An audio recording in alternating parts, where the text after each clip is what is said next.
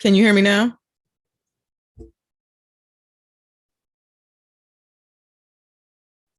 What in the world? This is crazy.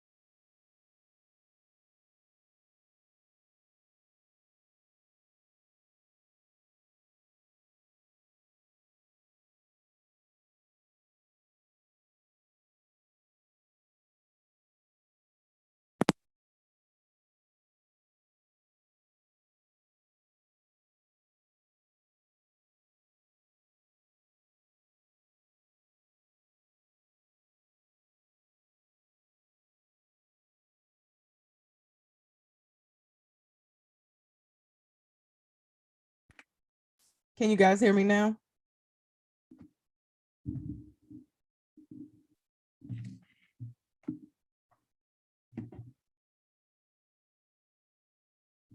This is wild.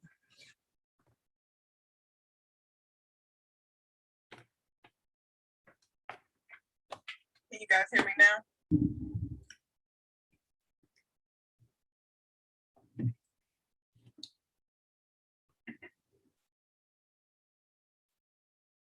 This is wild. Okay, I think we're good. What a mess. There's always something, no matter what you do to prepare in advance, there is always something. Okay, so we got sound. I had to go back to the old microphone. This is a brand new microphone, and it wasn't cheap, but it's going back to the store, I guess. So how's everyone doing this fine Tuesday evening? I wanted to come on last night, but Spectrum didn't think I needed to. We had no Wi-Fi, so my quality isn't as good as usual. Yeah, it's crazy. And I'm on a camera. I'm on my camera. So I'm not sure what the issue is with that either.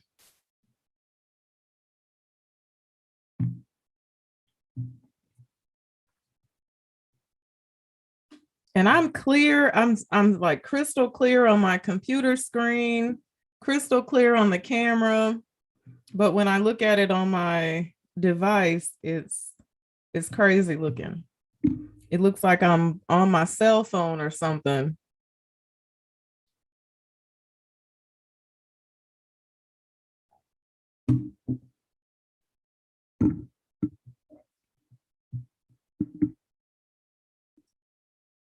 So anybody got anything special going on this evening?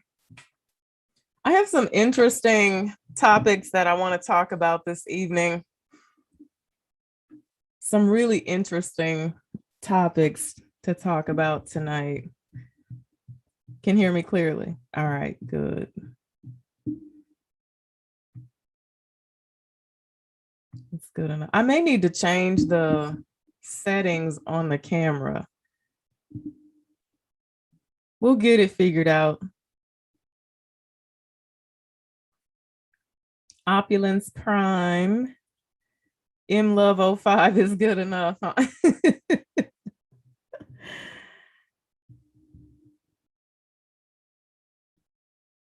Nene, is it Conadu? So it is super cold in St. Louis, Missouri already. And when I say super cold, we had a mild frost last night, and we're actually going to have another frost tonight, I believe. And I guess next week it'll be back in the 60s, but it is super cold here right now. It's crazy.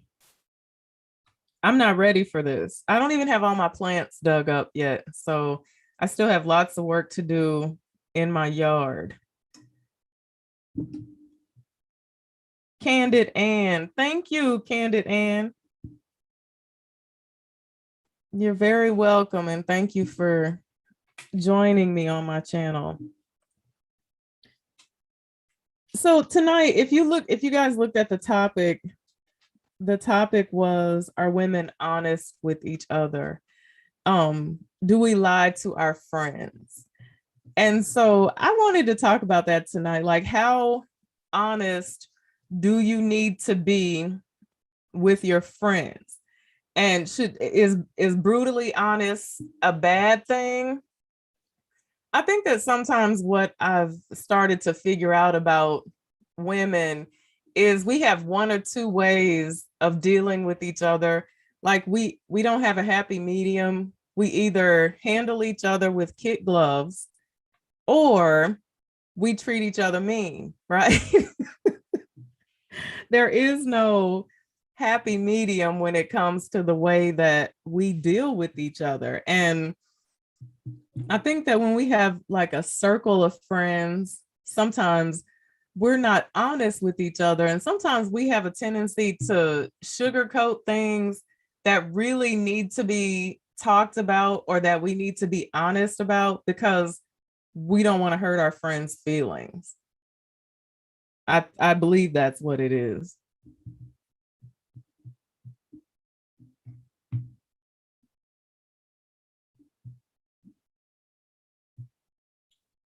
Goddess Lula Bell, the biggest and most harmful lies tell her when it comes to challenges as mothers. Yeah, we're not very honest with each other. Um, especially when we really need to be. And sometimes I don't know. I think sometimes a lot of women don't feel like they can be honest with, I don't even know if you would call them your friends, because you should be able to be honest with your friends. But sometimes I think women are honest with each other because they think that the other women may take it as hate or them being mean. And sometimes it is hate. But one night I was in a lounge and I was with a group of women, and we were sitting at our table, and a group of women were coming through the door, and it was 5 women coming through the door. And the third woman that came through the door had her skirt hiked up in her panties. Now, there were 2 women behind her. 2 women. I was so embarrassed for her. I was like, oh my God, they're not going to say anything. And when I saw they weren't going to say anything before she got too far inside, I jumped up out of my chair and ran over to her. And I was just, I was like, oh my God, girl, look, your skirt, I couldn't believe, I said, this girl. And I was hoping that she was just maybe walking in the door with these ladies, like they had just been in line together or something, but they actually all sat down at the same table. And that threw me off. I was like, now, why in the world wouldn't one of these women, especially the 2 women who were walking behind her, those women were responsible for her.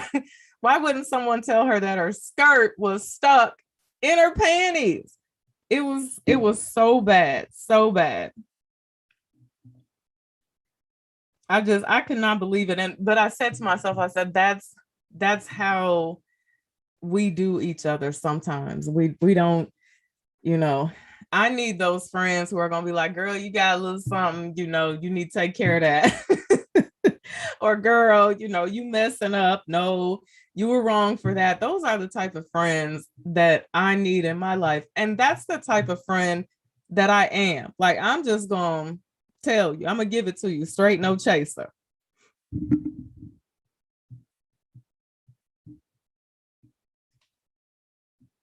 I remember this situation where in a group of people, there was one person that a lot of people felt some type of way about. There was something that this one person did all the time that rubbed everybody pretty much the wrong way.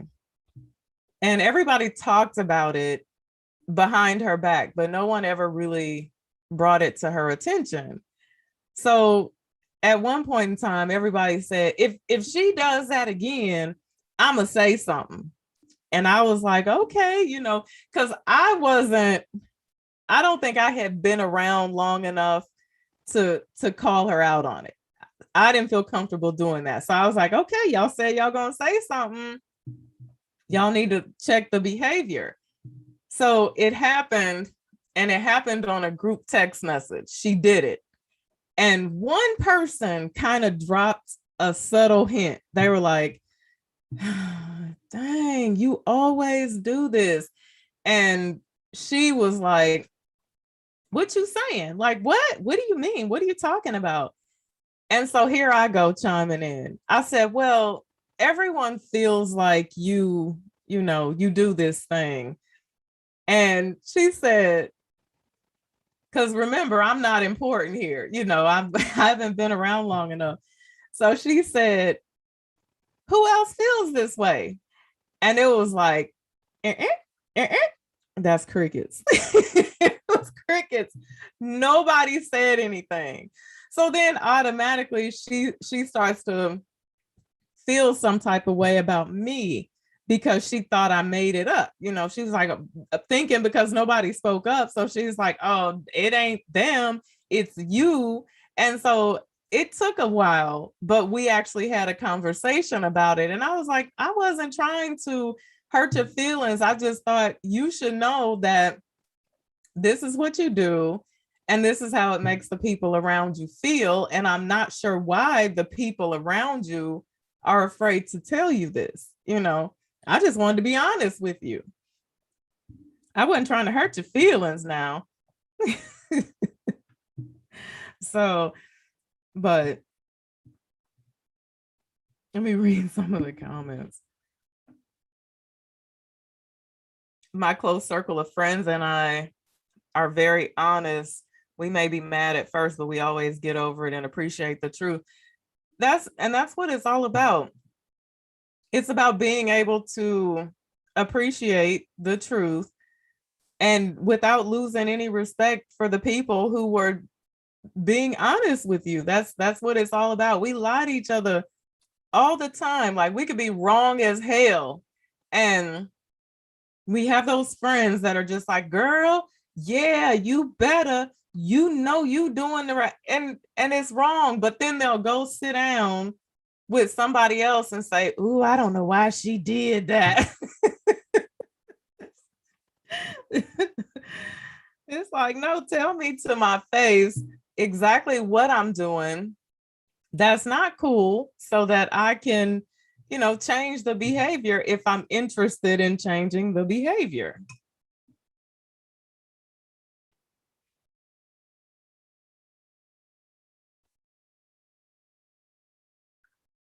Veronica Adams says, I really think some friends are not honest about having money and financial problems.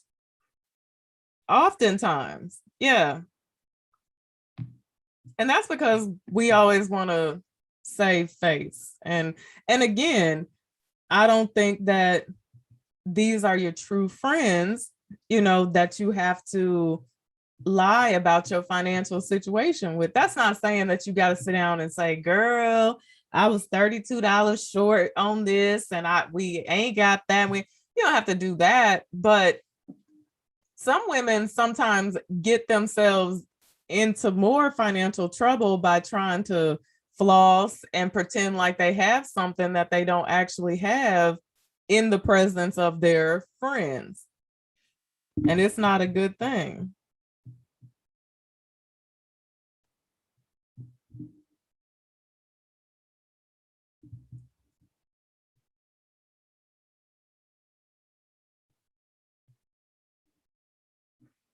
Kelly says, I also think some people won't speak the truth because they want to maintain harmony.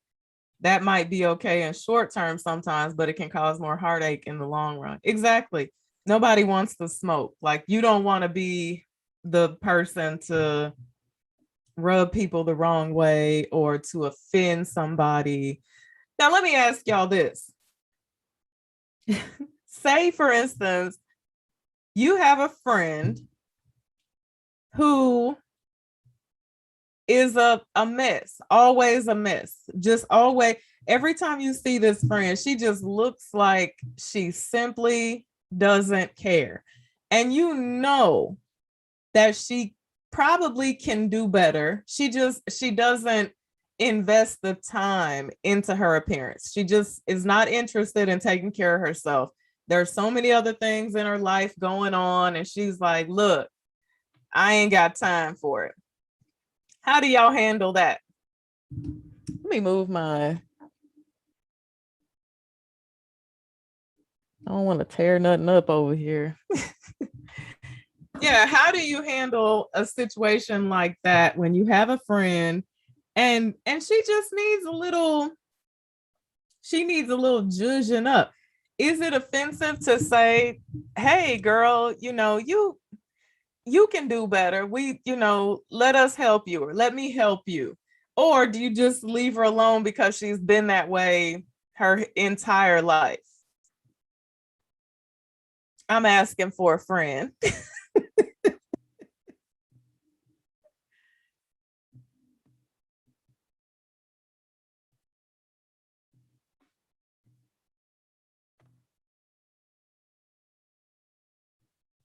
Momentum Mom, hello and welcome. Ask her if she needs to talk to a therapist. Yeah. Momentum Mom, that's a good suggestion. Yeah. But someone might get offended by that. I've had that happen. Oh, I'm offended.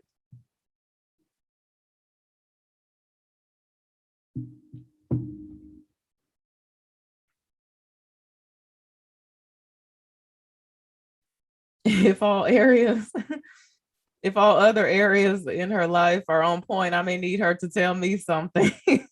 Yeah. If she's messed up on the outside, she might be messed up on the inside. Very true. That's how I look at it. Because there's but a fine line between this is me, this is my appearance, and this is how I choose to carry myself, and I just don't care, you know.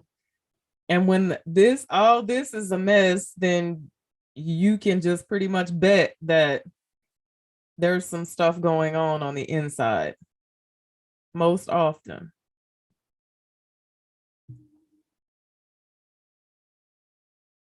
If they get offended, then they don't want to change. Right. Absolutely. Bree, if she has no interest, she has no interest. I wouldn't try to make her look the way I would want her to look. Yeah.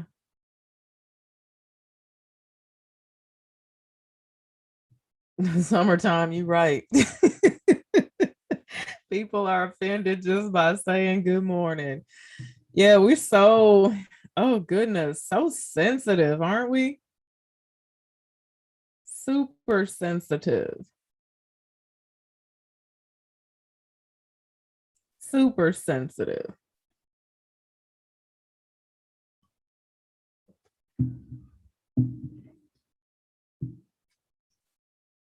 Yeah. So, all right, I'm just gonna tell it. Okay. I'm just gonna tell the story because it's hard for me to it's hard for me to tiptoe around stuff.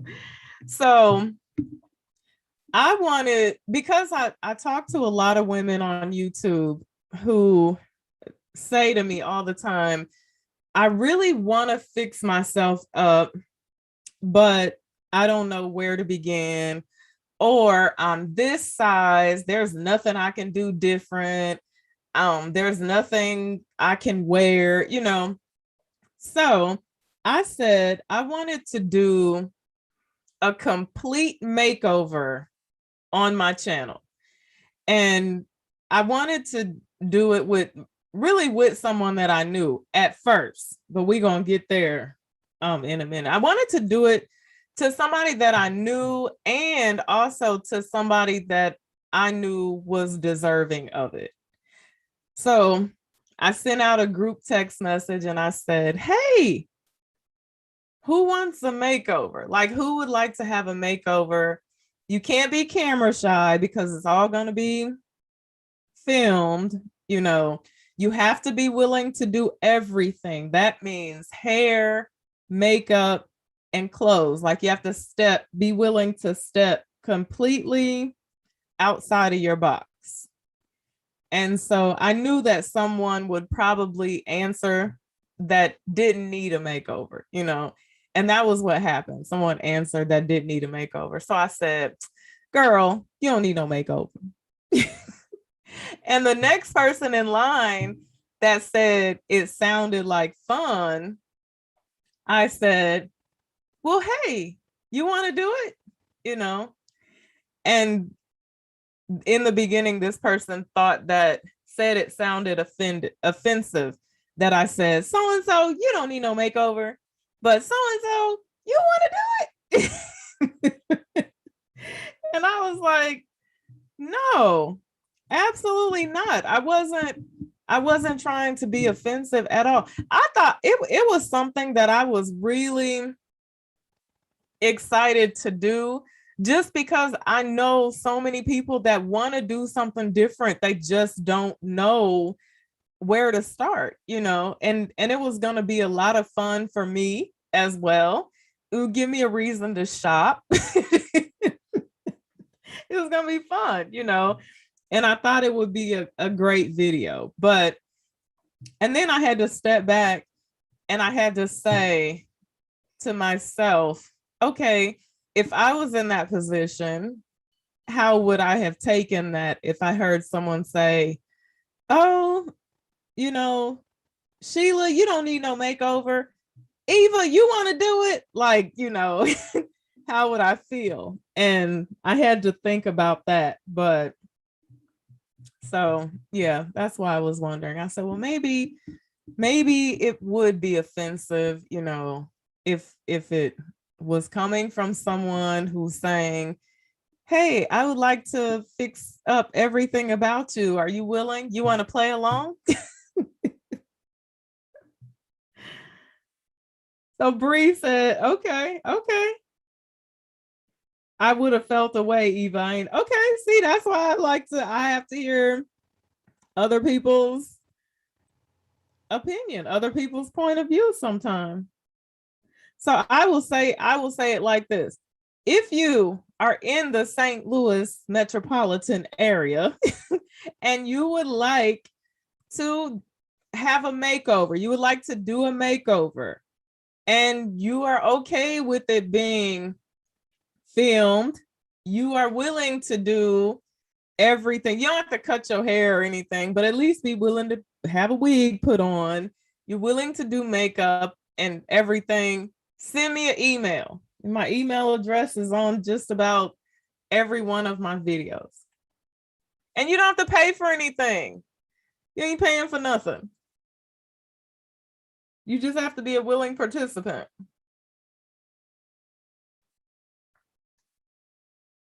Eva, it could also mean you see the potential in her. Yeah, I see the potential in everybody. And that could be a problem. I see a potential in everybody.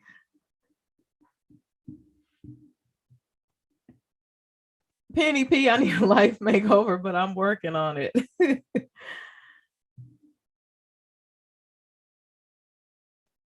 Lily's pad. I love being friends with women who make me want to step my game up. Yes. Judy, that doesn't matter. Judy, are you in the St. Louis metropolitan area? It doesn't matter what nationality you are or anything else. Yeah, you have to live in my state. Ugochi, I can't get to you if you're not here in St. Louis. Or you have to be willing to come here.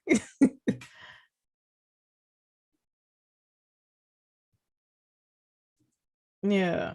So if you know somebody in the St. Louis area who's not watching this live show tonight and they are in need of a makeover, tell them to send me an email. Patricia Garrett, wish I was home. I would do it. My sister always room for improvement. Love from Texas. Patricia, if you were here, I'm sure we would have definitely already met by now.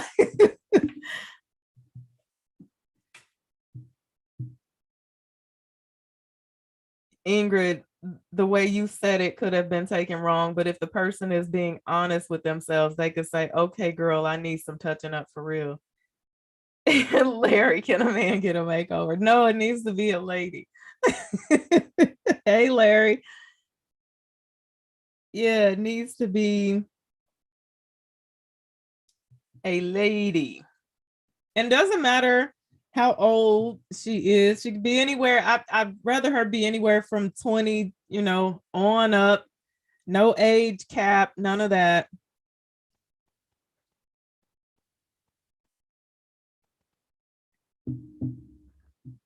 And just honestly be in need of a makeover. Hey, Spicy.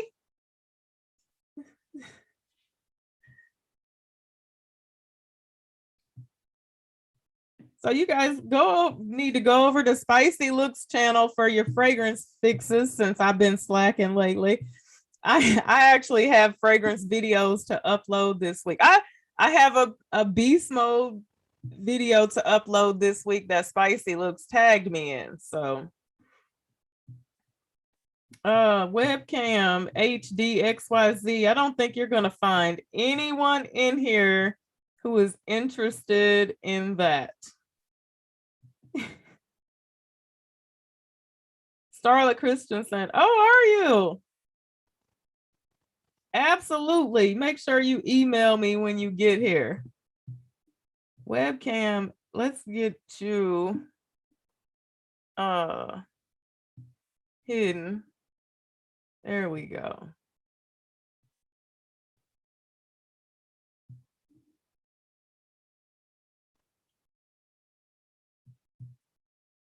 That's a bit much.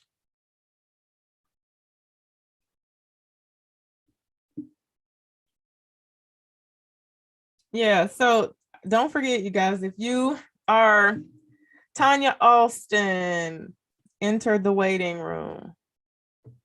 Let's let Tanya in, see what's going on this evening. Are you there, Tanya?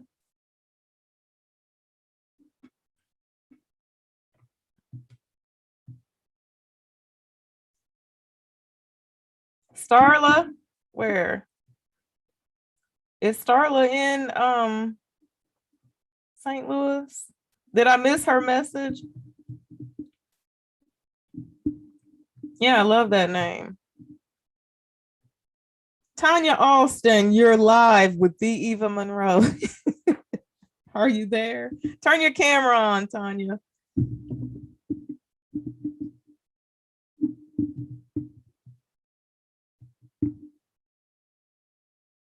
Tanya, I guess not.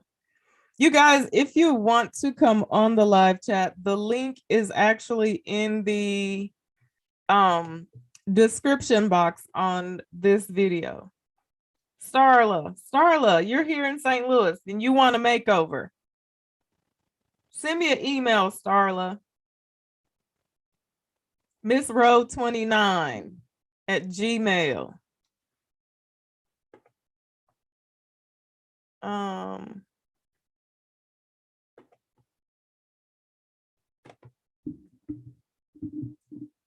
Christina Harmon. Hello, Christina. All the way from Mexico. Welcome.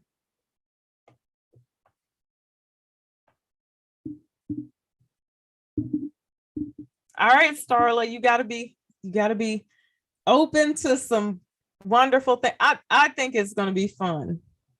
And since you're the first person that said anything, if you're really 100% interested, I choose you. Okay, Starla, send me an email so we can get started. I wanted to do this for a long time. I think it'll be so much fun. I really do.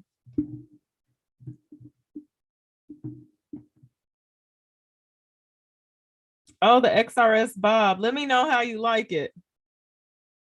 Definitely let me know. I always like to hear how the wigs are when you guys get them.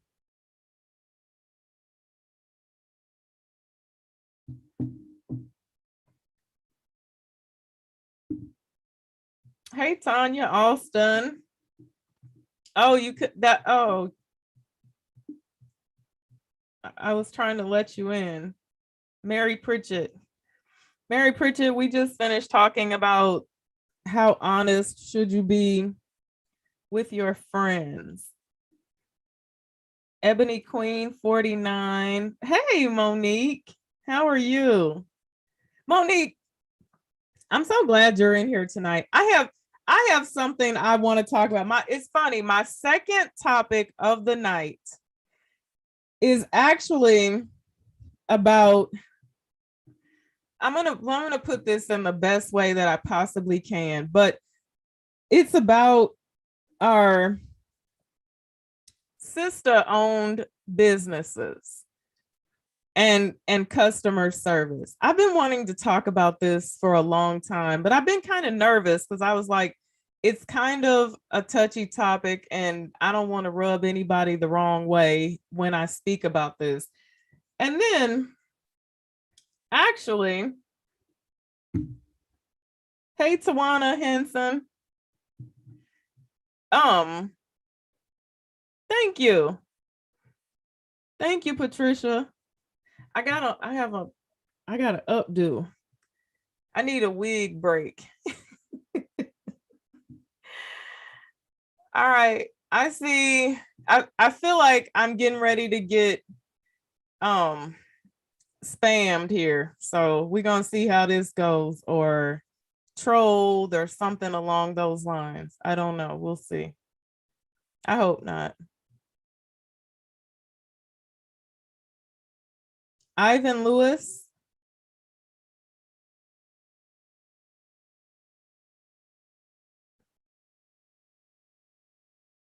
Hello, Ivan. Are you going to turn your camera on?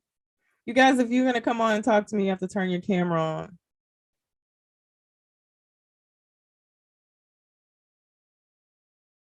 No cam.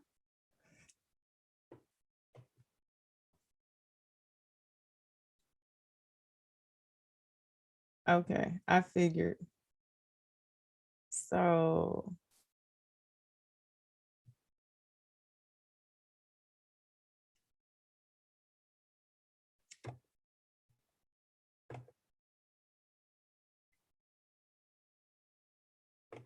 okay, so I wanted to talk about this for quite a while, because I feel like there's a good side I want to talk about, but there's a bad side I want to talk about as well. Because again, this kind of goes into us not dealing with each other well. Sometimes because we don't always expect the experience to be positive, and we ain't looking for no smoke. So I'll talk about a little Barbara Floyd, a little thing that I've noticed. Today I went into a new business, and it was a sister girl. I had never, it's not a new business, but it was a new business for me.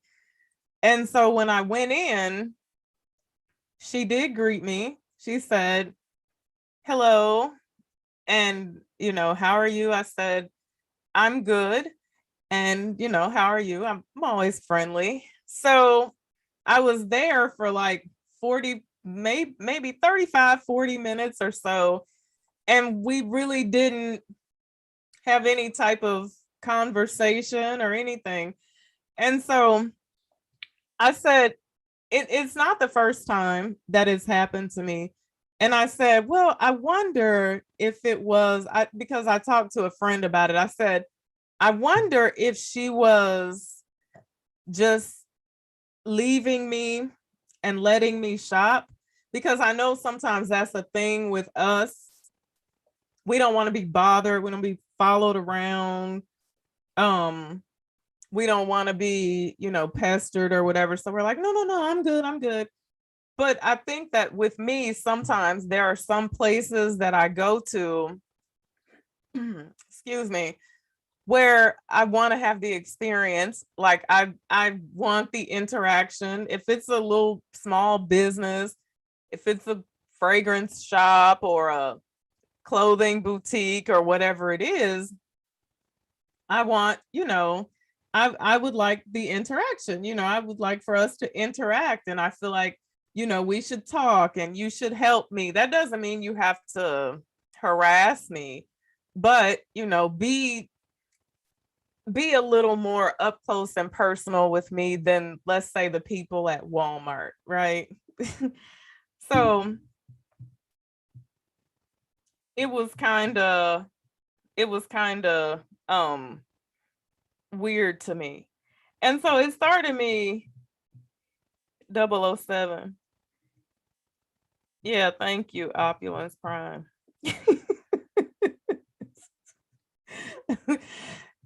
it was really kind of weird to me, and I just thought, Momentum Mom, are you there? You're muted. I am. Oh, okay. Hello. Hi. I'm also eating dinner. Oh. But I'm enjoying this conversation. How are you? I'm doing well. I switched over when I saw that you were on Zoom. I said, well, I'll join the conversation over here. You look familiar to me. Well, I sent you a message. I mean, this you're on YouTube right now, but I sent you a message on Instagram a couple of weeks ago. Oh, okay. You didn't respond back, but that's okay. Oh, only because I didn't see. Have you seen the last time I've been active on Instagram? But as it relates to those businesses, you were asking the question. I think it just depends. I think sometimes businesses start out with really good intentions, but if you don't have someone constantly checking you to see if you're still holding true to your values of the business, I think things can slip no matter what color the business owner is. I think a lot of times people just assume, well, hey, that's my girl, or she doesn't mind. I think it comes up often, like in hair salons, they will just overbook, and then you're there like 5 to 6 hours. It's like, well, no, that's not good customer service. I didn't pay to sit up in your salon 5 or 6 hours. And I think it's the assumption that we will accept it because they look like us. And I think that's the wrong assumption to make. Yeah, and I think it either goes one or two ways. Like you said, either, we best friends, and when we're really not, but you treat me like I'm your best friend, or there's no interaction at all, and it's just, there's like horrible customer service and attitude, and and it's like, I want you, let's have a, because I say this to people all the time. I had someone say to me, they don't want to support a Black business. I'm a Black business. And I said, stop focusing so hard on being a Black business and focus on being an excellent business. Focus on having good customer service. And then people will support you for that. No one's going to support you just because you're Black and your customer service is horrible, right? Because that's the thing for me. I'm like, I want to support. I want to buy Black first, right? But I want to be treated well, at the end of the day. I want to be treated well. I don't want to argue with you. If I come in, that's the reason why I don't go to the hair salon anymore, because I'm picky. If you tell me my appointment is at 3:45, I want to be sitting in your chair at 3:44. Like, I can't still be sitting in the waiting area with everybody else at 4:30. I cannot do that. So yeah. So it's just because, since I've been doing this, I've had some good experiences and I've had some bad experiences. I've had an experience that was just mind-blowing to me. A young lady reached out to me and she asked me if she could send me her cosmetics. She said, I just started a cosmetic line and I want to send you some of my stuff to try and review. And I said, okay, that sounds great. So my battery on my laptop is about to go out. And she said, how much do you charge? And she told me she just started a cosmetic line. And so I was like, no, I'm not going to charge you for that. Absolutely not. I'm not going to charge you for that. Just, send me the stuff. I'll try it and I'll share it with viewers if I love it. So, Momentum Mom, where'd you go? Oh, you're muted. I can't hear you. I'm eating.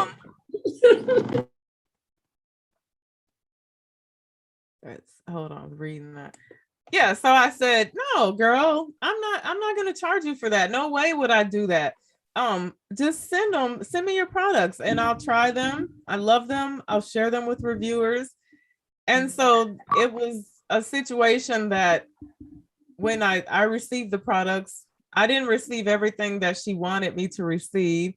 So when I was going to do the review, she was like, oh, no, wait, I got to send you something else. And I was like, okay. So then now I got to do the stuff I'm getting paid to do because people pay me to do stuff. See, so I got to do the stuff I'm getting paid for, you know? And so it took a little bit longer. And she ended up sending me like 7 o'clock in the morning a text message this long, like, if I would have known, and you, and da da da. And I just, like, when I wake up in the morning, I have to have this whole thing of peace, right? I don't want to wake up to drama. I don't want to listen to the news. I don't want to do any of that. I have to wake up. I want to sit in peace and quiet with my mug and sip my coffee and think, and then not think and meditate. And I never will wake up and start talking to people. But that morning, I sat straight up. I saw that message and I said, oh, no. I started texting and then I said, no, I called. I said, hey, girl, hey, what's going on with you this morning? What's wrong? You need me to pray for you at 7 in the morning? I ain't ready. So yeah, it wasn't good. And I just thought, hey, I don't want this to be my experience always. I understand it's going to happen from time to time, but when it's my experience more often than it's not my experience, that's when I start to say, okay, we need to do better. We need to do better. So let me read some comments. Oh, Monique, you're muted again. You keep muting yourself. Sorry. Summertime. Oh, hold on. Let me go back. Eva, I frequently listen to your chats and I like the way you express your personal expertise. If I lived in the area, I would love to have a personal visit with you. Esther Mays. Monique Gordon, you are absolutely right. Yeah, and Monique, you could probably speak to Monique if you want to come on here and talk to me. The link is in the description box, in the Zoom link, because you, I'm sure, could probably speak to the opposite side of it, which is the way that we act, the customer. The things we do that ain't right.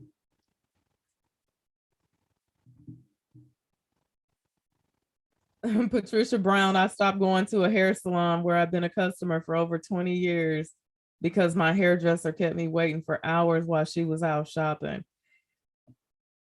Let me tell y'all my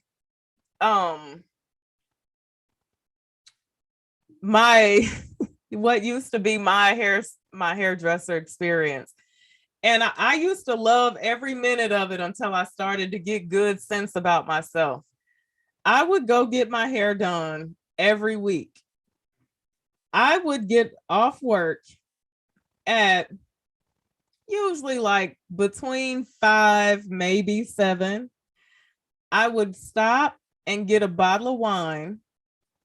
I would go to the hairdresser where there would be approximately 7 to 9 other people.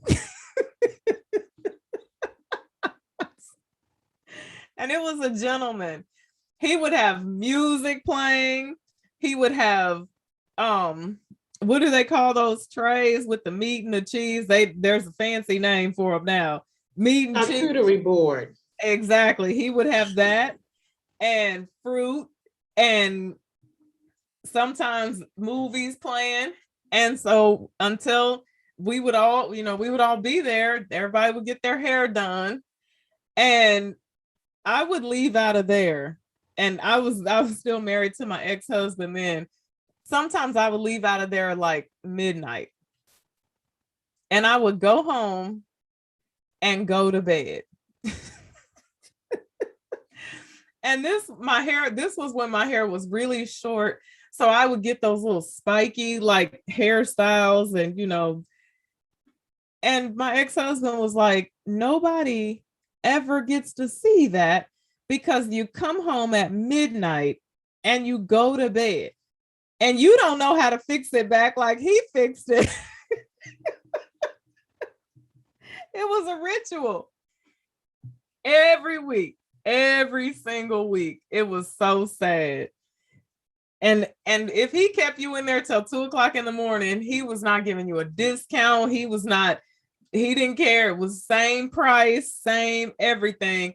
And I think that we allowed him to have this attitude that he could be as slow as he wanted to. He could take as much time because we all seem to be enjoying ourselves. We're talking loud, drinking wine. And yeah, now that I think about it, I'm like, somebody would have to be paying me to put myself in that situation, not the other way around.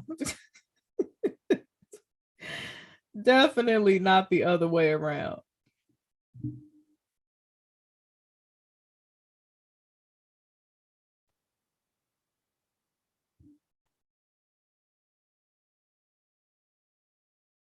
Lacey Red, please make sure you're not eating or consumed by something else and not able to participate in the conversation.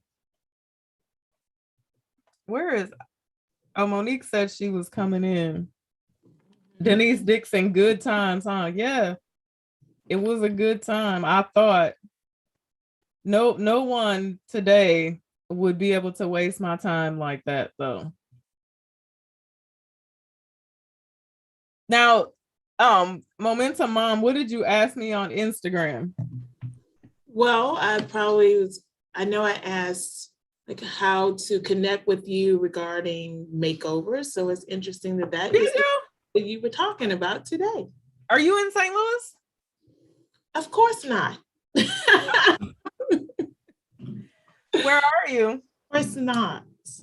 Washington, D.C. Oh, you're a long ways away. Yeah. Yeah. Oh, yes.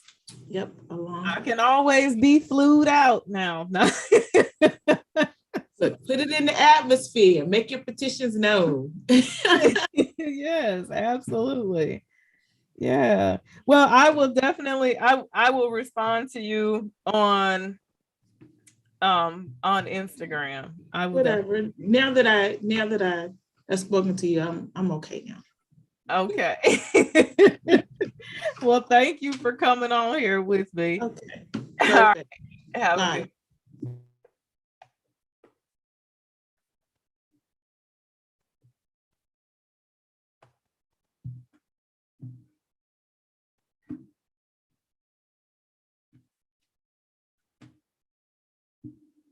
All right, we're waiting on Monique.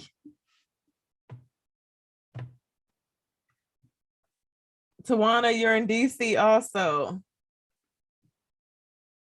I wish I was in DC right about now.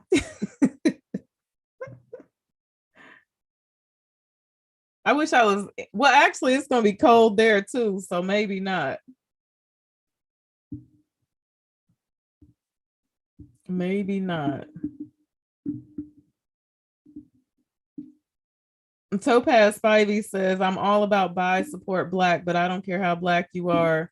If your quality of work, customer service, and work ethics are poor, you won't get my money, period. And I agree with that. Absolutely. All right, we have Monique.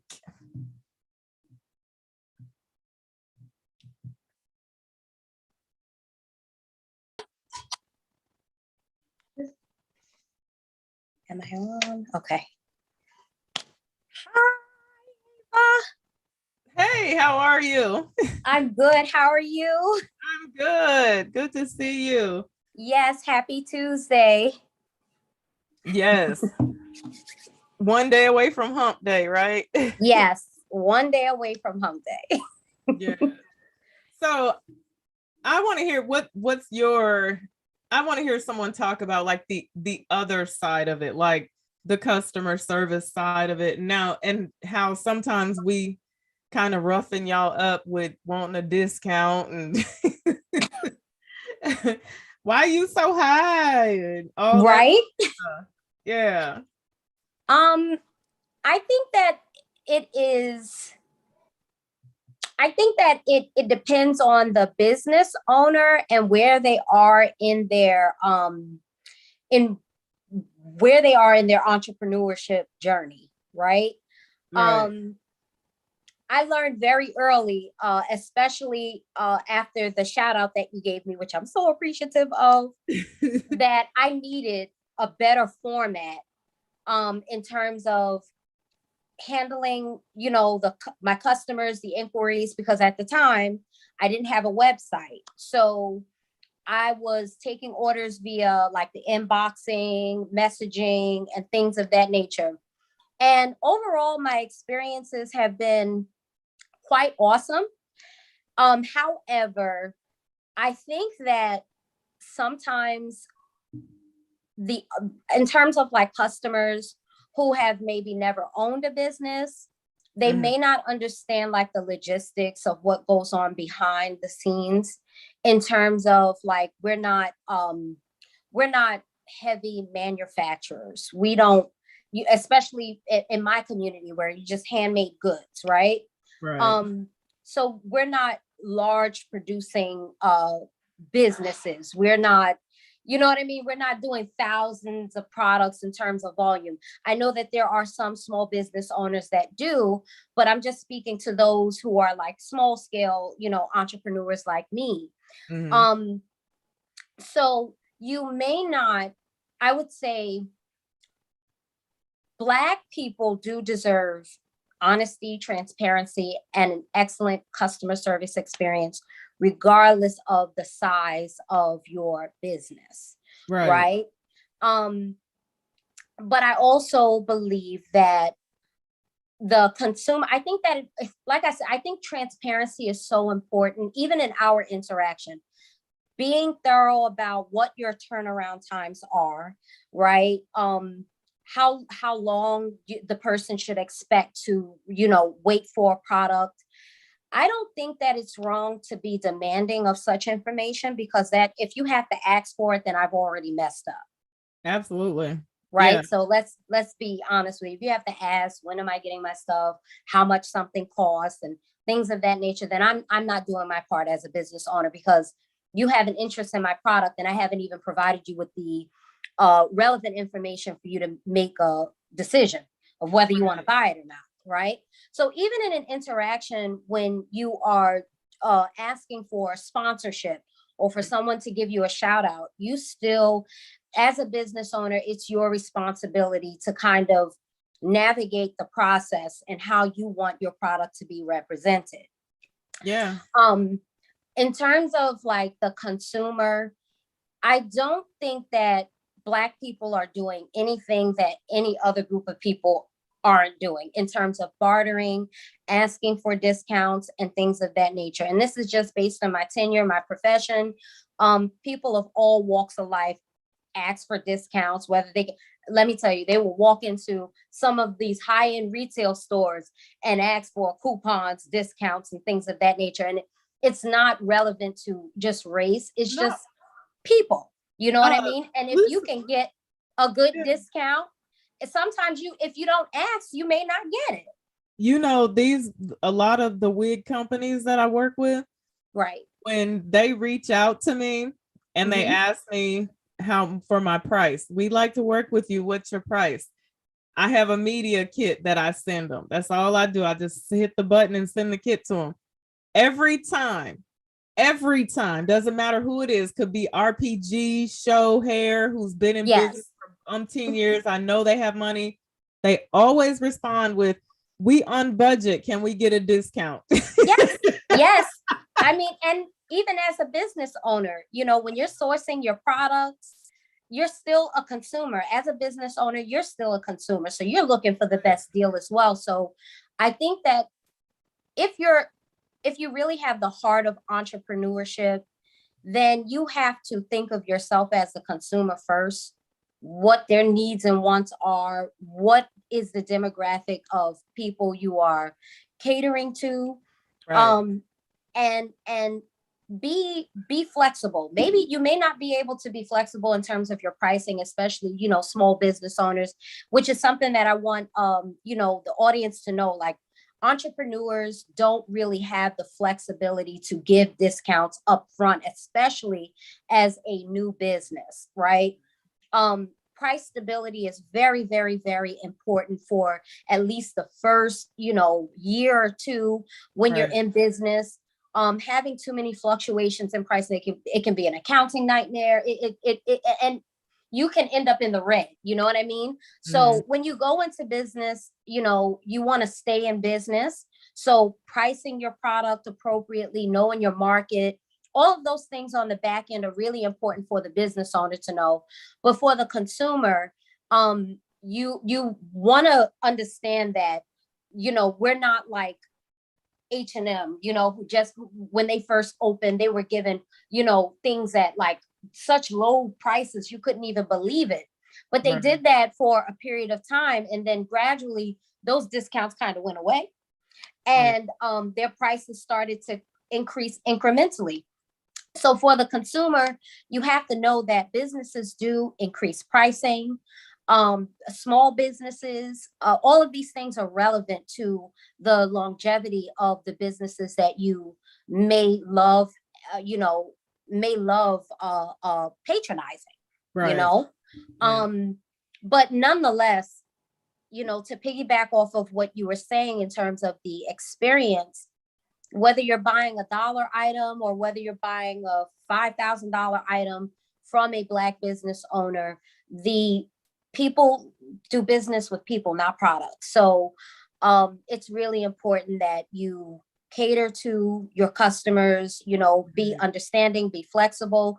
And if you have an issue with managing people, then that's kind of like your responsibility as a business owner to be thoughtful about maybe bringing someone else on to handle the frontline aspects of managing your business. So, Yeah, yeah. because you know what? I think that just because some people they have a great business idea, or they have access to the product or whatever, they may not be good at customer service. Right. That's not everyone's strong suit. And so I think that in a situation like that, it is important to have someone helping you, even if they just helping you for product until you can put them on the payroll, that Correct. is a people person. Yeah, Yes. because all entrepreneurs are not people. At all, at all. But that Yeah. is not the customer's responsibility to No. be your therapist, your psychologist, or to know whether you're a people person and what your personality type is.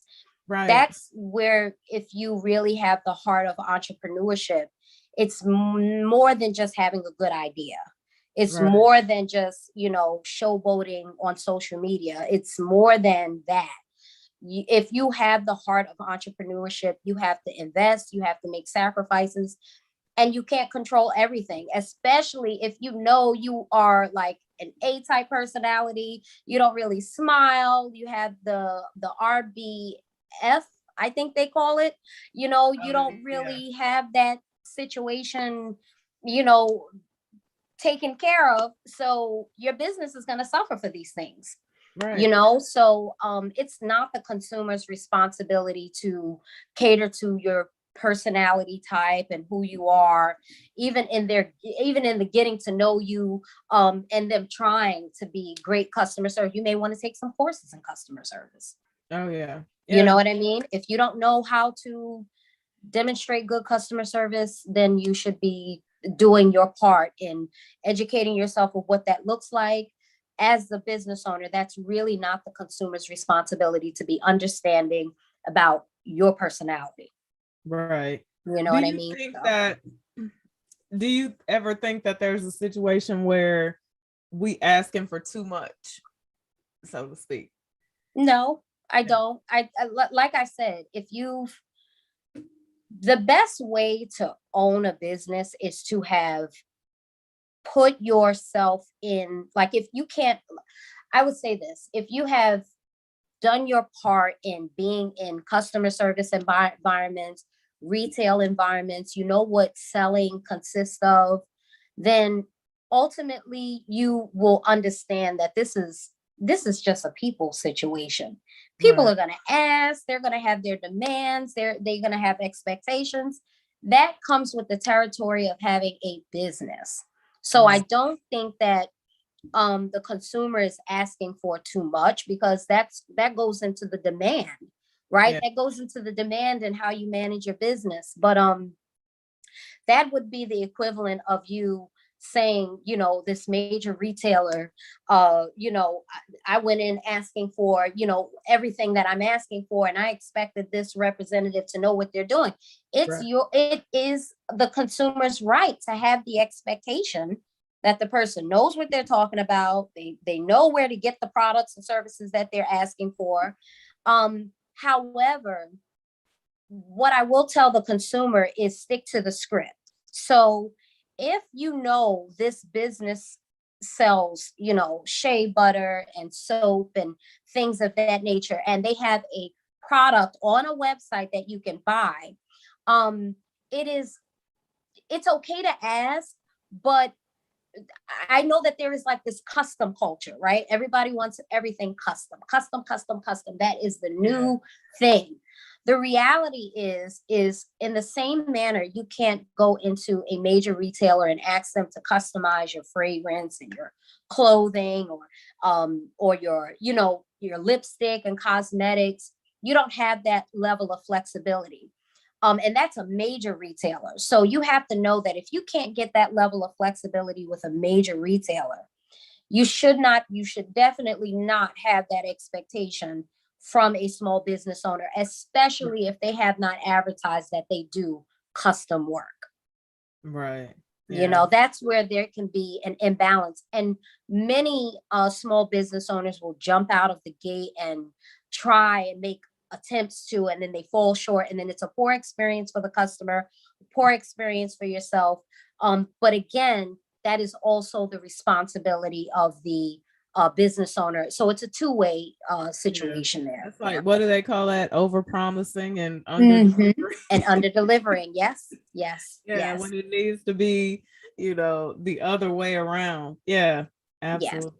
But I think the biggest thing about it is definitely communication, whether it be if you don't have direct communication with the customer, like things like your shipping, your processing times, all that type of stuff needs to be visible, Right. on your website, so that people know that, I think and right now we live in this day where we have Amazon Prime that Mhm. used to be next day. Yeah. And you can order stuff from Saks and Bloomingdale's and get it the next day. And so Mhm. when people order stuff and they hit that pay now button and it says 7 to 10 days processing, we like, what? Yes, yes, yes, That's a yes. The long world of time. automation. Yes, Yeah. yes. I agree with you, in terms of like communication. Like I said, that's really the business owner's responsibility to communicate that. And for any small business owner, if you are taking orders via inbox, you have to know that that's going to eat away at your time. Oh, It's going to yeah. eat away at your ability to be efficient, and you cannot get angry at the consumers for asking questions and inboxing you and wanting to know things. Because, like I said, the minute a consumer has to ask, that means that I wouldn't say failed, but I have missed the step because I didn't provide them with the information. Yeah. But then there are instances where business owners do provide the information, and sometimes consumers don't read, and then when you say, hey, listen, I sent that to you in an email on such and such day, and and then sometimes lines get blurred when you do respond that way. So in most cases, I normally won't even go back and forth about that. I just copy and paste the information that I sent in an email and send it to them. You know what I mean? Yeah. Just to create a more pleasant experience, Right. Yeah, you got to be all over the top of that. Whenever people ask if they can send me stuff and they're like, I'm brand new, I'm like, okay, if I talk about this now, if 5,000 people see this video, if 25 people see this video, are you ready? Right. And You what know? if you don't like it? Like what Right. if you don't Yeah. like it? They have to be open to scrutiny, Mhm. so yeah. Right, exactly. So since I have company, Tawana was asking about, we were talking earlier about women being honest with each other. Mhm. Oh, Judy is asking, what is Monique's business, if possible? You want to tell them, Monique? Yes. My website, now I have a website. Woo. It's my name, MoniqueSWarden.com. And it is I do jewelry, handmade jewelry. That's pretty much the basis of my business right now. Yeah. Yeah. So yeah, we were talking about, are women honest with each other? And Tawana was like, I'm here for that. That's why. Do you think we're honest with each other? I think that we deserve honesty, but I don't think that we are. I think we missed some steps. In terms of I don't think we create space for honesty oftentimes. Right. We have our guard up. So we don't create space for honesty, and in turn, you can shy away from, or you omit, information or pertinent information that could maybe help someone along the way. I'm even learning that from myself. You may have the best of intentions to be, forthright and upcoming, regardless of the nature of the conversation, but sometimes it's because that this person may not receive what you're saying well, and you don't want to run the risk of tarnishing the relationship. So like I said, we don't really create space for honesty, which makes it really difficult to give it. Yeah, I think because we don't understand how important honesty is, especially when it comes to constructive criticism. Correct. I think the one day in my life that really made me take a good long look at myself in the mirror was the day that someone told me, not in a way that they were trying to tear me down, but they just told me, they said, listen, you are this, you are that, and you could work on it, and you do this, and you do that. And it's not cute, but you think it's cute. Yes. You're very unapologetic about your horrible behavior, and you need to make some changes with yourself. And it was somebody that I really respected, and it hurt. Yes. And when they were saying these things, I cried. It made me cry. And I was like, no, I'm not. No, I'm not. And then when I sat down and I took a good long look at myself, I said, oh my God, yeah, I am. I'm everything that they said, and I do that, and I didn't know that. Yeah, so yeah, it's unfortunate that some of us are not willing to listen to the truth. We lie to each other more than we tell each other the truth, Yeah. And the only time we want to tell someone half the truth is when we're trying to tear them down sometimes. Correct. Which is unfortunate. Yeah. I wholeheartedly agree with you. And thankfully, I've had those moments more than once in my life, right? Like we all have. And at some point you have to be thankful to the people who correct you, because how are you going to know without correction? You can go through life thinking you got it all together and you're doing everything right, but you're also not seeing the results of your life going in the direction that you want it to. Right. And naturally, whatever makes you uncomfortable, you want to look for the external reasons, right? Never the internal, because the external is easier to deal with. But I think that, like going through those, having that moment, particularly from older women who are very observative, Right. to tell me, some things about myself and what I could improve on. And I embrace those. I embrace those moments, even the lessons that I wish that I had taken from my mom, you know what I mean? And but to have them to revisit those conversations again, you become a little bit more thankful. But I wish that, particularly for, Black women who are just trying to get ahead in this life, you know, I really do wish that we could create more space to be honest with one another and to Right. be transparent. Because and to be supportive when we are transparent. Because like you said, just telling someone the truth about themselves to tear them down is not very helpful, and Right. it's counterproductive. Nobody gets anything out of that. I think we could get way further ahead as Black women, and women in general, if we could create space for honesty and transparency with one another. I think that comes with, or it starts with, respecting each other more. Yeah. I think oftentimes we just don't have enough respect for each other. And it's not majority, I don't believe, but some women feel that it's majority, Black women Right. don't respect each other. I don't agree with that. But I think At that, all. yeah, no, absolutely not. Um, I think, I've always had friends, but not in huge numbers, And I Right. think that honestly, it was probably this platform that really started to show me how that's not majority, because most of the women that want to see me win here, are my sisters. Right.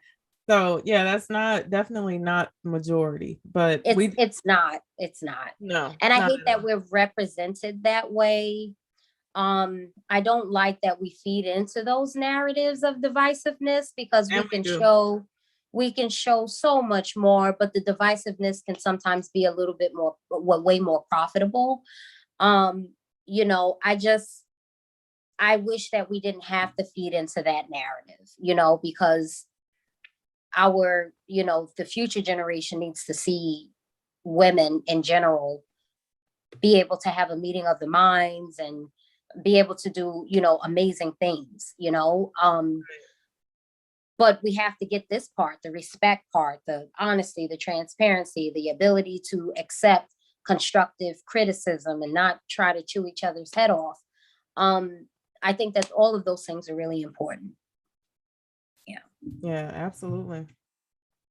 Momentum Mom says, in our culture, we no longer have the village of older women that gave advice. Everyone is just doing whatever and will get upset if advice is given. Yeah, and I think that's because a lot of older women, they just, again, I'll say, they don't want the smoke. It's like, I ain't saying nothing to these kids because they don't listen. And I don't feel that way, but there are a lot of women out there who feel like they just don't want the drama. I mean, look what happened with Monique when she said something to them about, going out to the airport and being in public in their bonnets. And they were like, they don't want to hear it oftentimes. And so sometimes women are just like, well, I'm not going to say anything. I'm going to mind my own business. But I think that's the painful part, right? We're giving up on each other. Yeah. And we can't do that, especially our younger girls. Yeah. We can't give up on them. We can't. Yeah, absolutely not. And Denise Dixon, Momentum Mom, I'm a mature woman. They don't want to hear it. Yeah. See? Hey, Samantha. Go ahead, Monique. No, I was saying, I think that we also have to be conscious about being the demonstrators of what it is that we speak of, because oftentimes what I hear from the younger women is, I hear what you're saying, but you're doing this and you're doing that, and they have so many examples to throw in, in the faces of those that are correcting them concerning, like, you don't have a right to talk to me about this if you're doing this. And I think that women have to step up too, you know what I mean? So in order to be in a position of correction, you don't have to be perfect, but you want to make sure that you are also a reflection of what it is that you are correcting. Exactly. Absolutely. You So cannot be engaging in the same type of behavior that they're engaging in. right. Absolutely. I 100% agree with that. And then you have the women who are, you know, my age, and because are you in your 40s? No, Or, not yet. yeah. Not yet. Well, no, I mean, trying to put you there, but It's okay. It's no, okay. I'm like, oh my God, it's the nighttime. Look. But there are a lot of women, who are my age and older than me, and they have the idea, they have the mentality, oh, let them do what they're doing. We did it when we were younger. And I'm like, wow, but it was so dangerous. And not only was it dangerous, it was reckless. Yes. It took, extra time to heal and to get over all that dumb stuff that we did when we were younger. But it's not the same anymore. It's not the same out here. And, I even oftentimes say there's nothing new under the sun, but the way that we have to worry about women nowadays is new.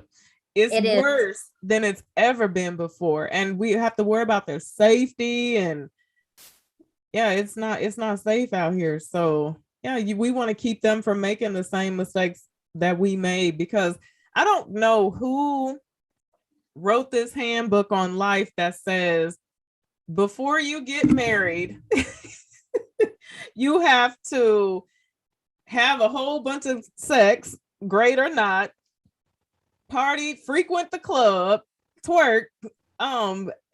Who wrote this? And I've talked about before how a young lady contacted me and she said she messed her life up basically because she went from her parents' house to college to her husband's house, and she didn't get to live her life. And I'm like, girl, you did things the way it's supposed to be done. That's how you're supposed to do it. Doesn't happen for many of us, but that's the right way to do things. You're supposed to leave your parents' house, go to school, get a husband, go home with your husband, but of course that's the wrong thing to do now, because if you don't wild out and go on 90,000 girls trips and that are expensive, by the way, that are expensive, and act crazy in Cancun, and and then these girls also don't realize that men are good men. Now, I'm not gonna say all men. Good men are watching this behavior, right? They're watching and they're counting. yes, that is very true. Very, Yeah. very true. Not counting what they're out here doing, but counting what you out here doing. Yeah. And so I think that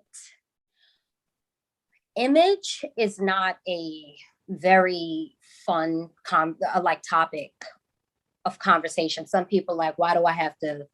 This is what is said. Why do I have to put on for anybody? Why do I have to, make myself a this for that or that for this?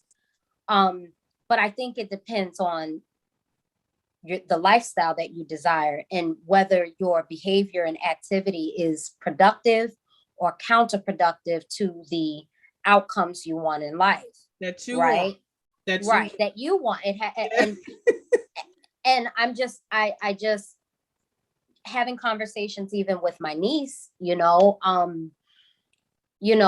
I'm always honest and transparent. She can tell you that sometimes I've been a little too honest and a little too transparent. But sometimes it's just for shock value, because I can't control what she does or doesn't do, but I still can plant the seed and hope for the best. Right. Yeah. And sometimes what you don't get now you'll get later kind of what is my predicament, or many women in our age groups predicament. But I think that we don't consider, our image. We don't consider the way the world views our actions. And quite frankly, the narrative now is not to care. Absolutely. That's the narrative. Right. But but what is the image of not caring? And is that image of not caring the image that you want to portray to the world? And is this not caringness? I know that's not a word, but is this not caringness in any way helping you achieve the results you desire in your life? No, it's hurting. Yeah. Because you don't care. You go out, you do whatever you want to do, you wild out. I say this all the time. You're going to get pregnant. It's the inevitable. Most often when you get pregnant, we love the babies, we love the babies, but you're a baby's mama now, and once you do that, you can't undo that. Men don't unsee that.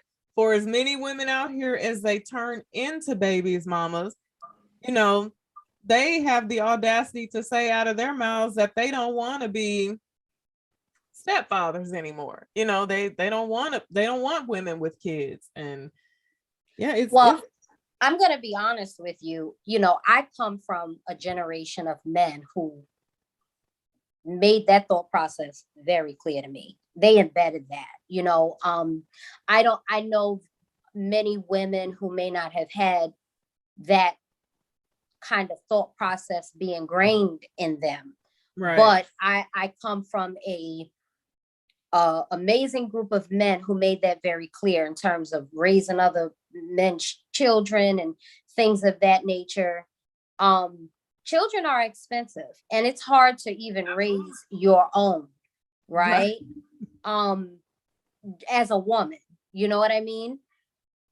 But we do what we have to do, you know what I mean? But I come from a very long line of men who are very, very, very, very thorough in terms of that belief process. And knowing that there are some precautions and measures that I took in my life before having my son.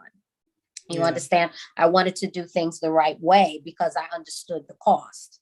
Yeah, very. I was scared, to be honest with you, just the fear of that. Now, that situation didn't work out because there are no guarantees in life. Right. But the reality is that I was brought up on that principle that, men are not going to want to raise other men's children. Yeah. And then, you know what I mean? Even outside of the financial part of it, when you're on your own as a single mother, then you factor in the emotional part of it, when we're raising children without both parents in the home, where the father's missing, or, there's a whole nother side to that people don't think about. Even the people that have been through the situation, Right. Like even myself, my mother had several children that she was raising on her own. And now I didn't have a whole basketball team or anything, but one would have thought that I would have waited until I was married to be pregnant. But unfortunately, that's not the way that it works. Even though I saw her struggle, I did the same thing she did, Right. Because we do what we see. Absolutely. You know what I mean? We repeat what we see. The only exception to that is just me being raised around men that had very adverse feelings about it, and they were very expressive. You know what I mean? Christian men, and being raised in the church, and they were very clear about what this is going to look like for you. So I would say in many instances, just being scared straight. Yeah. You know what I mean? I was scared straight. And I can also attribute this to my elementary school. This is, I'm born in the 80s. So this is when, you know, sex ed and, you know, drug education was a thing. And I remember, you know, growing up in New York City, how they married drugs, sex, and pregnancy into one thing. So, I mean, you know, not to be funny, in my mind, coming, you know, from elementary school on, I thought that if you did drugs, then you were going to get pregnant. If you did drugs, then you were going to get pregnant and die. That was just the way. That was just the way that they had it all like jumbled up, and it was all, everything was together. You had sex ed, and then you had drug education, and they married the two, and there was no order to this. And this carried on up until high school. Like everything was just jumbled up. Sex education and drugs. And then you had police officers that used to come in and talk about the different types of drugs, and, you know, and they showed you the worst of the worst pictures, you know, like this is when there, you know, the censorship wasn't the greatest. So they showed you the worst of the worst pictures. And the only thing I had in my mind was like, if you had sex, then you were going to do drugs and die. Well, we didn't have that where I was we probably had a chapter on sex education, you know. So I think it was like my fourth grade teacher. I think she integrated that into our school, because from fourth grade on, that's when they started to, and I could never get that thought process out of my mind. Okay, if you know, it's in your innocence, they embedded that subconsciously in you, and so you just, you know what I mean. So there's just some things I shied away from. Yeah. Now, you know what I said, though, I think that I probably would have had no children if we would have had Baby Think It Over, because my son brought Baby Think It Over home, and I never had another baby after he brought Baby Think It Over home. Baby Think It Over changed my mind. I know that's right. Baby Think It Over was rough. Yes. Yes. Oh my goodness. I was so glad when he took that thing back to the school. Oh my goodness. Yes. Yeah. And he also doesn't have any children. I know that's right. I know that's right.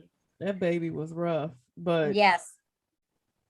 Yeah, but yeah, I wish that I could see them, the young girls, do better, you know, and listen to someone other than the people that they're familiar with, because that's what they do. They listen to the people that they're familiar with, the people who are doing what it looks like they would like to be doing, you know. Right. And so, and then, you know, like I was talking about last week, you have this whole internet thing, which you can't fight against that. You have a teenager, right? But a boy. Yes. Yeah. Yes. And yeah, I'm when I tell you, if becoming a parent does not settle you and, you know, settle you into a space of conservatism, I don't know what will. Yeah, I mean, for me, it has, because, you know, he's 11 years old and now he has a lot of questions, you know, and I had a wake up call, you know, I think I talked about it on my Facebook. I had a wake up call because he came in asking some pretty awesome questions, you know. Awesome. I say awesome because, you know, I just the mindset and the thinking and how well articulated he came to me with his questioning.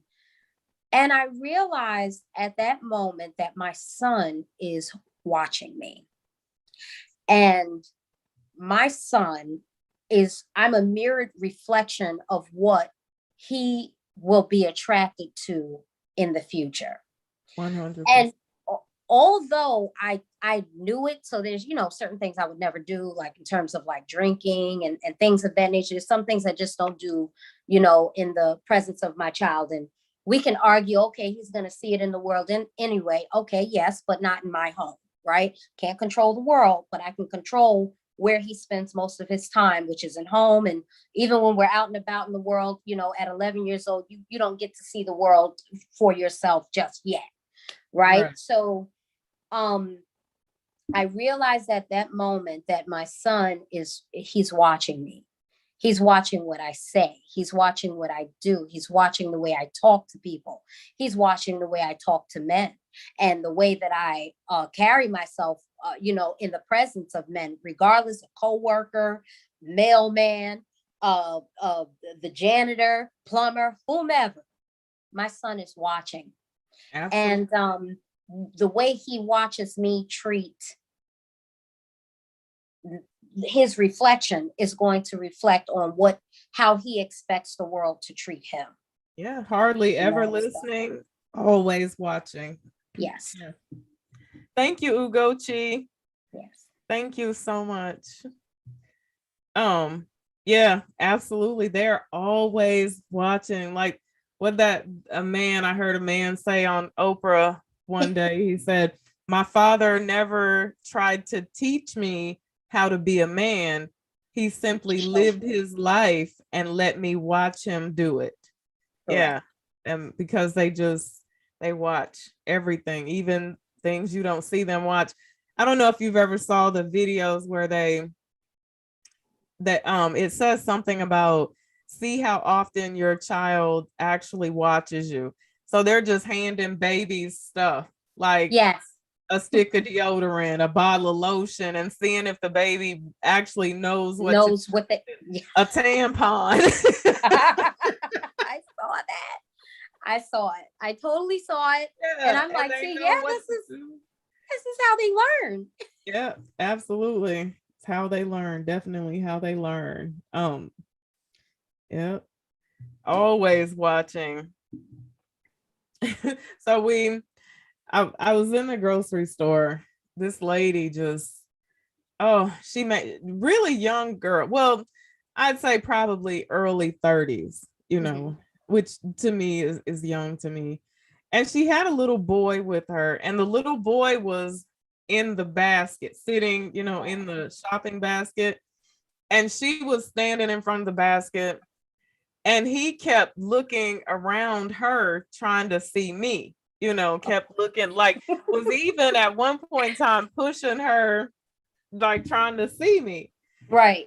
And so then he starts asking to get out the basket. She said, "If you get down, you better not go nowhere," So she takes him down out the basket, and the little boy comes right to me and wraps around my leg, right? Aww. And it's just looking up at me, and I'm like, "Hi, how you doing? All right, you good?" Oh, I don't know this little boy from a can of paint, right? I've never seen this little boy in my life. Right. And so the mom turns around and she says, "Oh, okay. He know you. He done been to your house with his daddy." No. Been caught so off guard in my life. I was like, "Oh no, sweetie, I don't know this baby." Yeah. No. Yeah. No, he don't go to strangers. He know you. And then there just happened to be a gentleman in line behind me. And he said, "That boy don't know that woman, but he ain't no fool. He know pretty when he see it." And that's that. Yeah. She caught me so off guard. Mm-hmm. Yeah, he done been to your. No, honey, I don't know your baby. I don't know your baby daddy. Do either one of them know my husband? I don't know. I cannot. And it's so sad because why was that the first thing that came to mind? I just took me out. I ain't lying. Yeah. No, yeah, he know you. I ain't stupid. I was just, you know how in a moment like that, you just want to remain calm because absolutely whole thing being on TikTok or something because she feels like she want to swing or throw some groceries or I'm like, "No, sweetie, I don't know your baby or your baby's daddy. I don't know neither one of them." Oh my goodness. I wonder if she felt embarrassed. I don't know. I mean, You know, like when you're, I always, oh, you mean after she said that, or because the baby came up to me when she said after it? she said that and you No, clarified that you no, don't know her child or the no, she father, like, didn't. did you feel any sense of embarrassment or No, shame, or I no, don't get because it. the entire time she was checking out, she was like, mm-hmm. Yeah, she was digging through her purse, getting, Oh, wow. mm-hmm. Wow.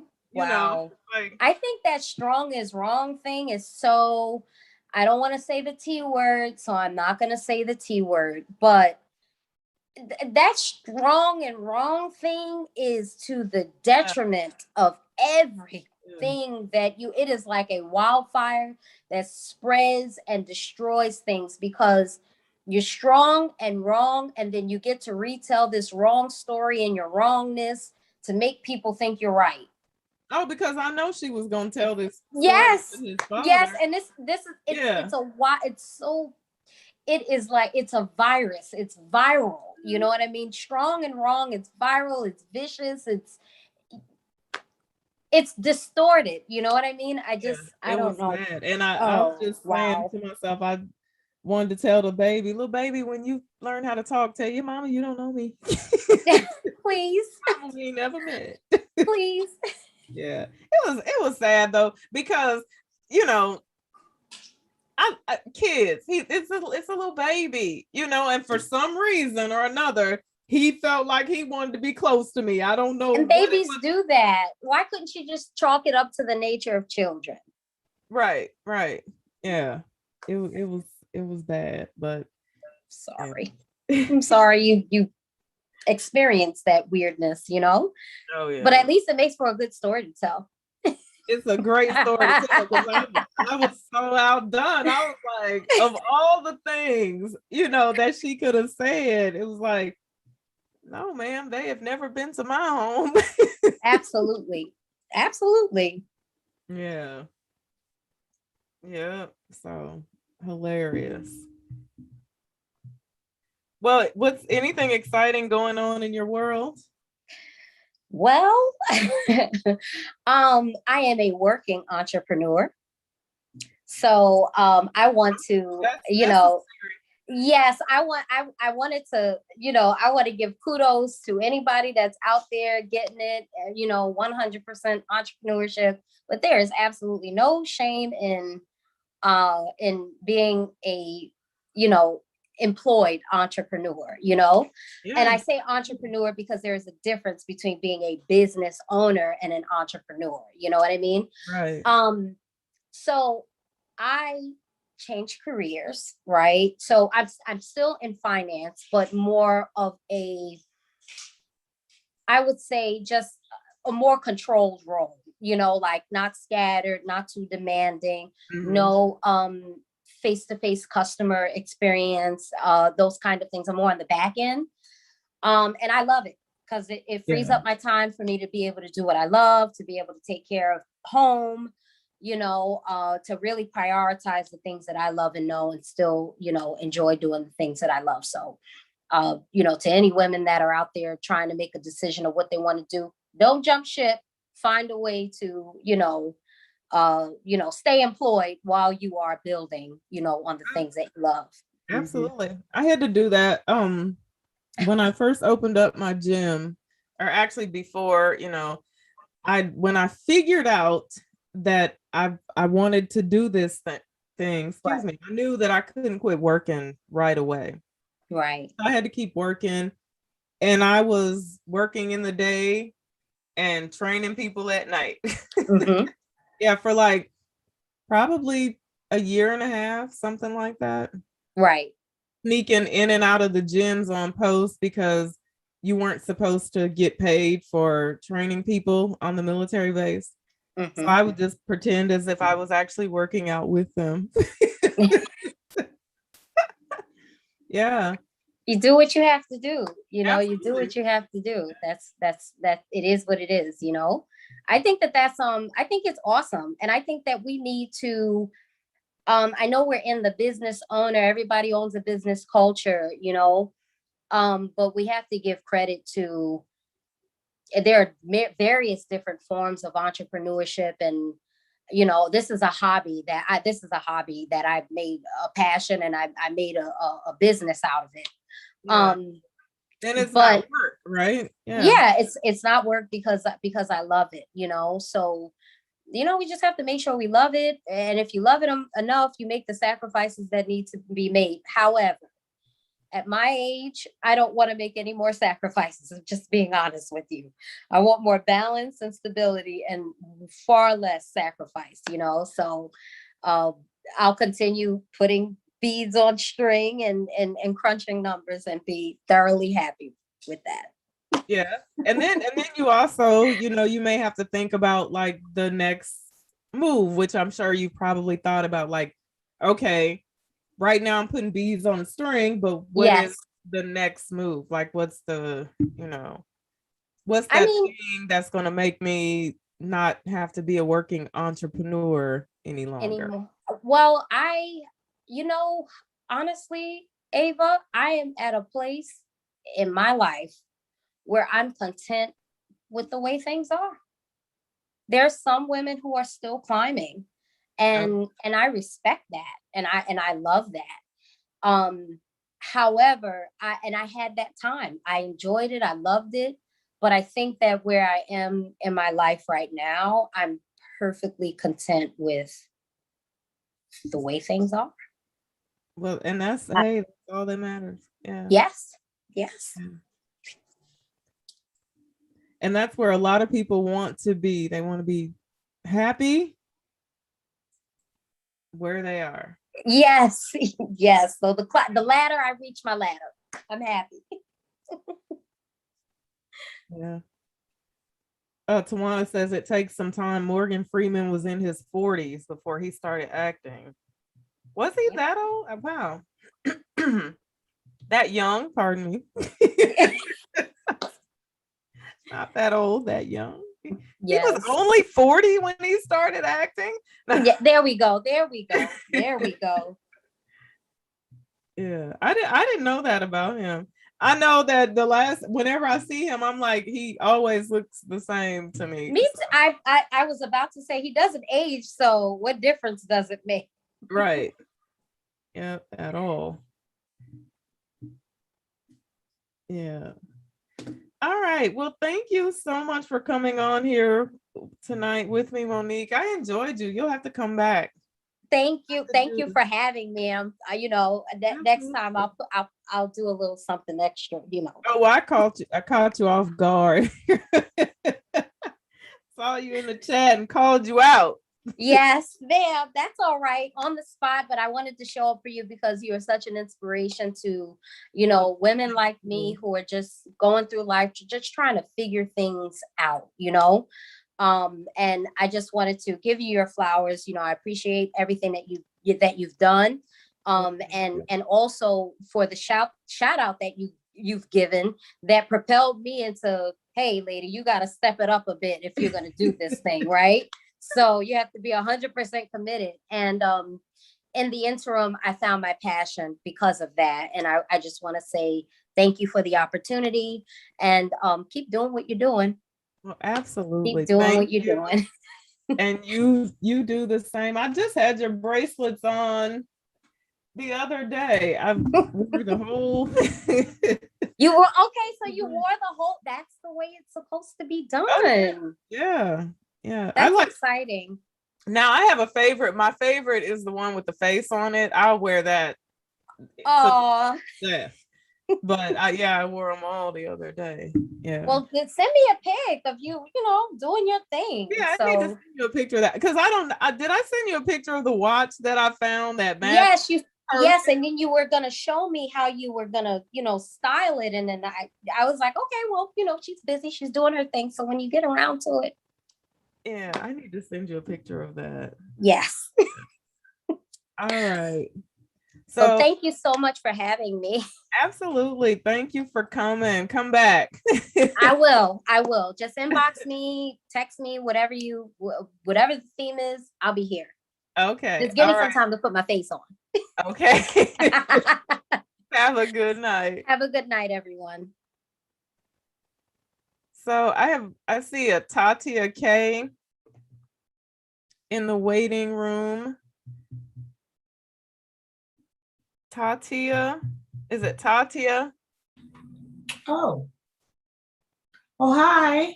Hi. I'm calling in from Canada. I'm sorry, I just joined your meeting late. I just wanted to say hi. Oh, hello. How are you? Very well, thank you. And thank you for making this space so everyone can come in and give an opinion. Absolutely. So just saying hi from beautiful Toronto. Well, thank you so much for calling in. Okay, God bless you. You too. Have a good night. You too.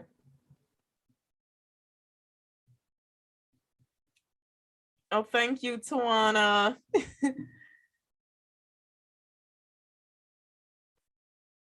All right. So does anyone have any questions for me? I had saw someone in the comment section said kids love bright colors.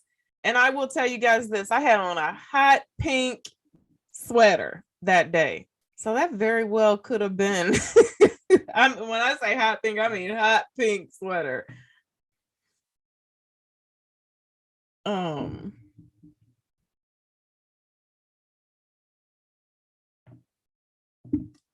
Martin, this is definitely a safe space, especially when as women, we may not have that a lot. Thank you, Eva. You're so welcome. Thank you all. I would not even be here without you all. So thank you all so much for joining me here. I thank you guys so much for that. I'm always so humbled by that. So it's 9:16. So thank you guys again for joining me on here tonight. And if you guys don't have any more questions for me, I will see you guys. Okay, so listen, you guys, I have something that is so much fun coming up on Saturday, this Saturday. I'm actually going to post the announcement for it tomorrow. I have Jessica from Jay's Makeup Artistry. She's actually a professional MUA. That's what they call, right? Makeup artist. And she's going to come on and she's going to talk about becoming a young entrepreneur. And she's going to teach me how to do my makeup on live. Y'all ain't ready for this, and neither am I.